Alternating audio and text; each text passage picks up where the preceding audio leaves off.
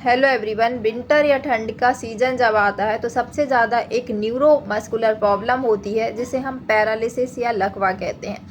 आज इस वीडियो में मैं आपको बताऊंगी कि पैरालिसिस या लकवा क्या होता है, इसके पीछे क्या क्या कारण होते हैं, साथ ही जानेंगे इसके होम मैनेजमेंट के बारे में और जानेंगे इसकी बेस्ट 3 होम्योपैथिक मेडिसिन के बारे में।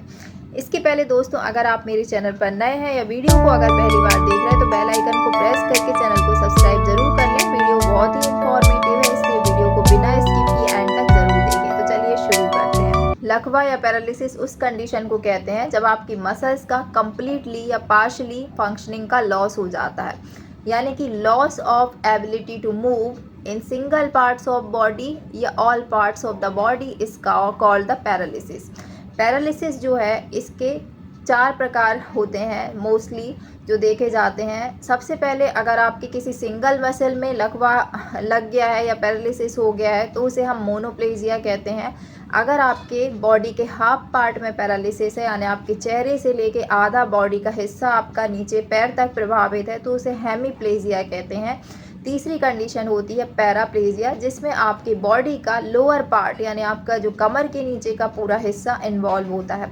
चौथी जो कंडीशन होती है उसे हम क्वाड्रीप्लेजिया कहते हैं, यानी आपकी पूरी बॉडी पैरालाइज होती है, जिसमें आपका चेहरा भी पैरालाइज हो सकता है, आपके हाथ पैर, आपका ट्रंक यानी जो धड़ होता है वो भी पैरालिसिस से में इन्वॉल्व हो सकता है, तब इसे हम क्वाड्रीप्लेजिया कहते हैं।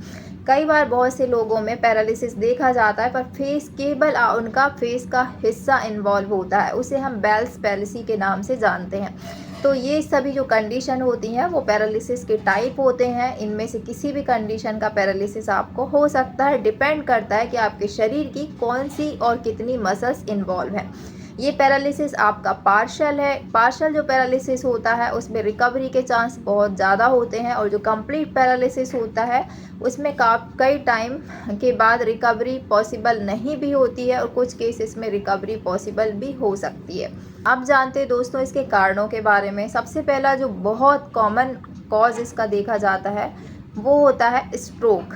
बहुत सारे जो यंगस्टर्स होते हैं उनको भी स्ट्रोक की प्रॉब्लम होती है, और बुजुर्ग लोगों को भी स्ट्रोक हो सकता है एज फैक्टर के कारण। स्ट्रोक के पीछे भी कुछ कारण होते हैं, जैसे आपका ब्लड प्रेशर बहुत लगातार हाई बना रहता है, या फिर आपके शरीर में जो है प्लैक्स फॉर्मेशन हो गया है। जो लोग बहुत ज़्यादा स्मोकिंग करते हैं या फिर शराब का इस्तेमाल ज़्यादा करते हैं तो उनमें प्लैक्स आर्टरीज़ में जो है कुछ प्लैक्स यानी कैल्शियम जैसे डिपॉजिशंस हो जाते हैं, जिसके कारण जो आर्टरी का ब्लड फ्लो है उसमें रुकावट आने लगती है, और जब ये रुकावट ब्रेन के किसी पार्ट में आती है तब इस कंडीशन को हम स्ट्रोक कहते हैं।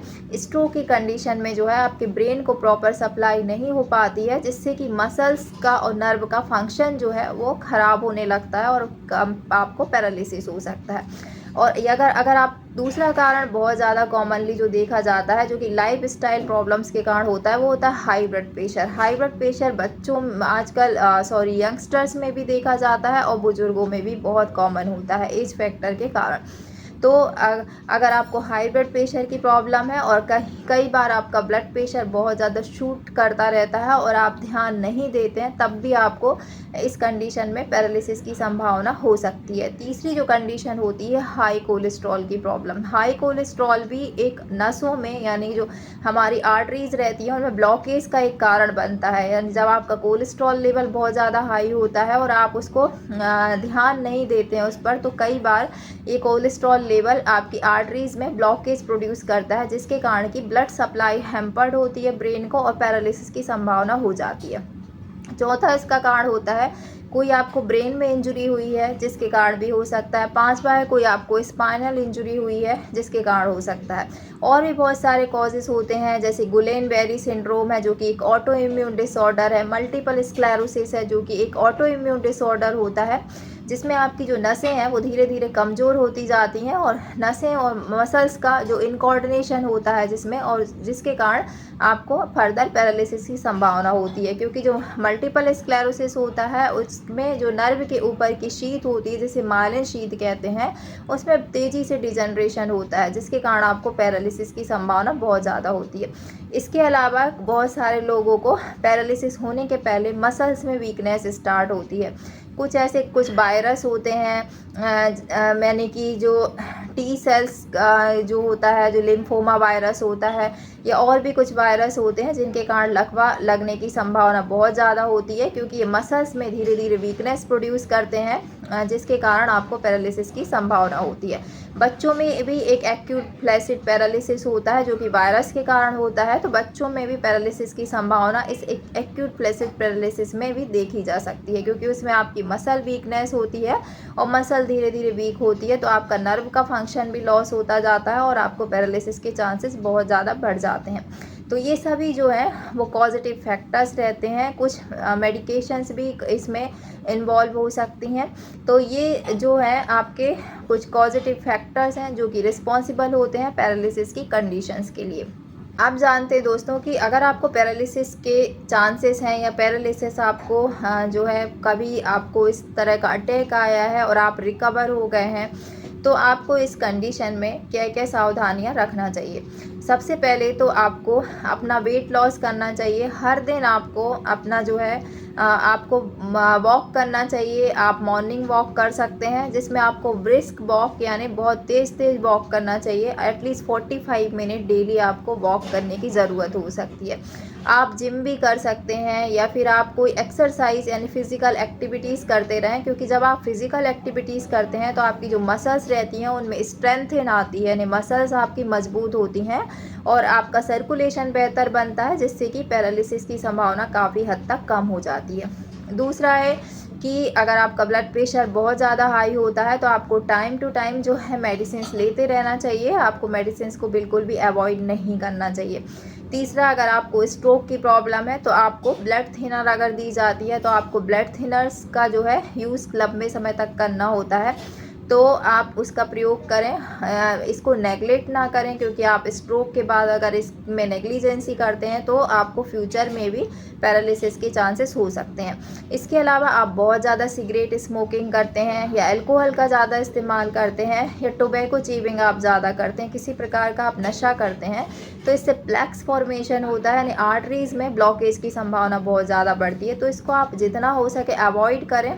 और इसके अलावा फ्रूट, जो खट्टे फ्रूट्स रहते हैं जैसे कि कीवी है, संतरा है, गुआवा है, इन सभी में विटामिन सी होता है। विटामिन सी एक ऐसा विटामिन होता है जो कि आपके शरीर में कोलेस्ट्रॉल लेवल को मेंटेन करता है, यानी कोलेस्ट्रॉल अगर बढ़ा हुआ है तो उसको कम करता है। साथ ही ब्लड प्रेशर के पेशेंट्स के लिए भी जो खट्टे फ्रूट्स रहते हैं वो बहुत ज़्यादा लाभकारी होते हैं। तो अगर आपको जो है कोलेस्ट्रॉल बहुत ज़्यादा बढ़ा हुआ है तो आप कोलेस्ट्रॉल की मेडिकेशंस लें और कोलेस्ट्रॉल को एक नॉर्मल लेवल पे लाने की कोशिश करें, क्योंकि कोलेस्ट्रॉल भी एक पॉजिटिव फैक्टर होता है पैरालिसिस का, तो आपको इसको जो है नॉर्मलाइज करना चाहिए। इसके लिए आप जो है सबसे पहले तो मैंने बताया कि एक्सरसाइज आपको डेली करना चाहिए। अगर आप एक्सरसाइज करते हैं तो आपका ब्लड प्रेशर भी मेंटेन रहता है, कोलेस्ट्रॉल भी मेंटेन रहता है और इवन आपका वेट भी मैनेज रहता है इसके कारण, और आपका जो है ब्लड प्रेशर भी शूट आउट नहीं करता है।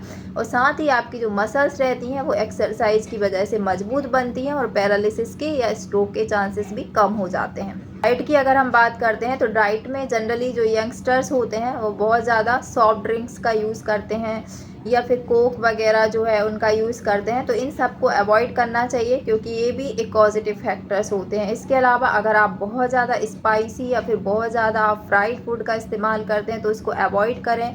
जंक फूड, पिज़्ज़ा है, बर्गर है, इन सभी को आप अवॉइड करें, क्योंकि ये जो होते हैं आपके शरीर में कोलेस्ट्रॉल को बढ़ाते हैं, और जब आपका कोलेस्ट्रॉल बढ़ता है तो आपको ऑटोमेटिकली ब्लड प्रेशर की प्रॉब्लम्स होने लगती है, जिसके कारण आपको फर्दर स्ट्रोक या लकवा की संभावना होती है।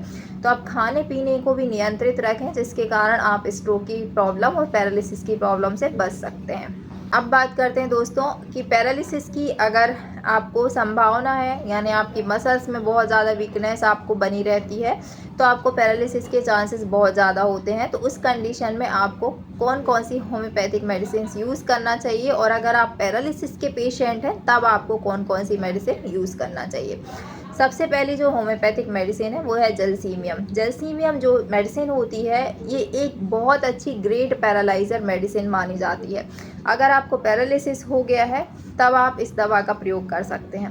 पुराने ये जो दवा होती है जनरली एक्यूट पैरालिसिस, यानी आपको सडन से अभी अभी जो फ्रेश पैरालिसिस अगर आपको हुआ है तो आप जलसीमियम को 200 पावर में सुबह शाम 4-4 बूंद डायरेक्ट टंग पर प्रयोग करें।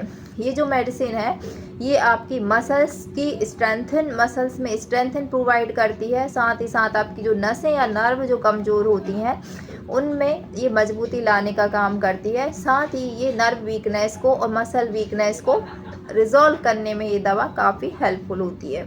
इसके अलावा जलसीमियम होम्योपैथिक दवा का प्रयोग आप नर्व और मसल की वीकनेस में भी कर सकते हैं। जैसे आपको पैरालिसिस नहीं हुआ है लेकिन आपको शुरुआती कुछ लक्षण मिल रहे हैं, जैसे आपको नसों में कमजोरी आती है, मांसपेशियों में कमजोरी आ रही है, आपकी जो नर्व हैं, आपकी जो मसल्स हैं आपके बिल को ओबे नहीं करती, यानी आप किसी ऑब्जेक्ट को उठाने की कोशिश कर रहे होते हैं तो आप जो है प्रॉपर तरीके से उसको होल्ड नहीं कर पा रहे हैं या उस तक आप रीच नहीं कर पा रहे हैं, आपके हाथ पैर जो है ट्रैम्बलिंग होती है, कपाते रहते हैं, या फिर आपकी जो होल्ड करने की जो पावर है वो बहुत कम हो गई है, तब ये जलसीमियम जो है मसल और नर्व को स्ट्रेंथन प्रोवाइड करने का काम करती है।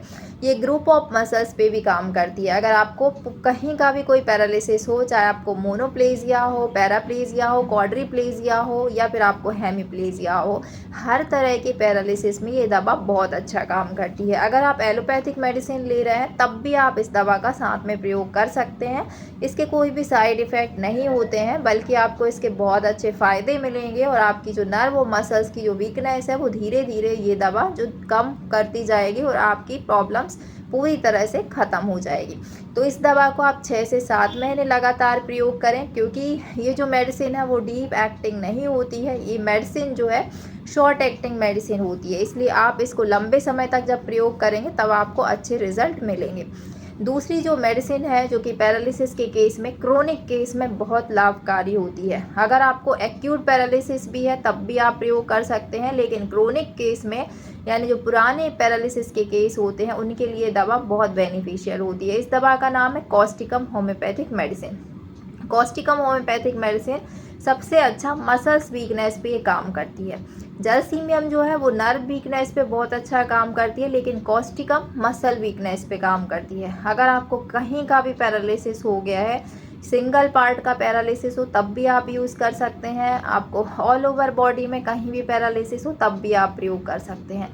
और पुराने से पुराने लकवा में बहुत लाभकारी दवा होती है, क्योंकि एक डीप एक्टिंग मेडिसिन होती है, लंबे समय तक आपके शरीर में काम करती है। तो इस दवा को लेने के लिए आप इसको 200 पावर में इस्तेमाल करें। 2-2 बूंद आपको सुबह शाम डायरेक्ट टंग पर इस्तेमाल करना है। इस तरह से 6 से 7 महीने आप इस दवा का प्रयोग करें। आप देखेंगे कि आपकी जो मांसपेशियों की जो कमजोरी हो चुकी है वो धीरे धीरे ख़त्म होती जाएगी और मांसपेशियां मजबूत बनती जाएंगी और आपकी पैरालिसिस की समस्या भी धीरे धीरे ख़त्म हो जाएगी। तीसरी जो मेडिसिन होती है जो कि एक बहुत अच्छी ब्लड थिनर के रूप में प्रयोग की जाती है, जिसका नाम है आर्निका मोंटाना होम्योपैथिक मेडिसिन। अगर आपका ब्लड प्रेशर लगातार बना रहता है और आपको स्ट्रोक के कारण पैरालिसिस हुआ है, यानी आपका जो ब्लड है बहुत ज़्यादा थिक हो गया है, तो ऐसी कंडीशन में अगर आप किसी ब्लड थिनर का इस्तेमाल अगर नहीं कर रहे हैं तो आर्निका मोंटाना का प्रयोग करें।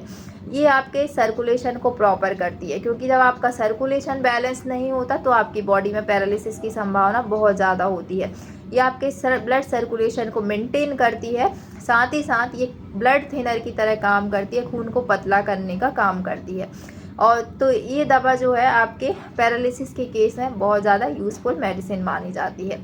इस दवा को प्रयोग करने के लिए आप इसको भी 200 पावर में इस्तेमाल करें। 2 बूंद सुबह, 2 बूंद आप शाम को इस्तेमाल करें। ये दवा आपको काफ़ी अच्छे रिजल्ट देगी, आपके सर्कुलेशन को प्रॉपर करेगी और खून को पतला बनाने में ये बहुत बेनिफिशियल होती है। तो इस तरह से आपको इन तीनों दवाओं का प्रयोग करना है। ये दवाएं आपके पैरालिसिस के केस में आपको एलोपैथिक मेडिसिन के साथ अगर आप ले रहे हैं तो इनको प्रयोग कर सकते हैं। ये काफ़ी अच्छी मेडिसिन होती हैं, लेकिन ध्यान रखें कि आर्निका मोंटाना जो तीसरी जो दवा है, अगर आप किसी ब्लड थिनर का इस्तेमाल ऑलरेडी कर रहे हैं तब आपको इसको इस्तेमाल नहीं करना।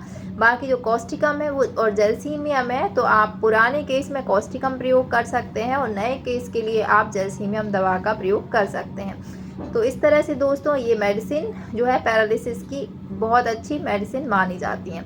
मुझे उम्मीद है दोस्तों आज का ये वीडियो आपको ज़रूर पसंद आया होगा। वीडियो पसंद आए तो वीडियो को लाइक शेयर करना ना भूलें। चैनल पर नए हैं तो इसी तरह के और अपडेट्स के लिए चैनल को सब्सक्राइब ज़रूर कर लें। मिलते हैं नेक्स्ट वीडियो में इसी तरह के और अपडेट्स के साथ। तब तक के लिए bye bye. Thanks for watching.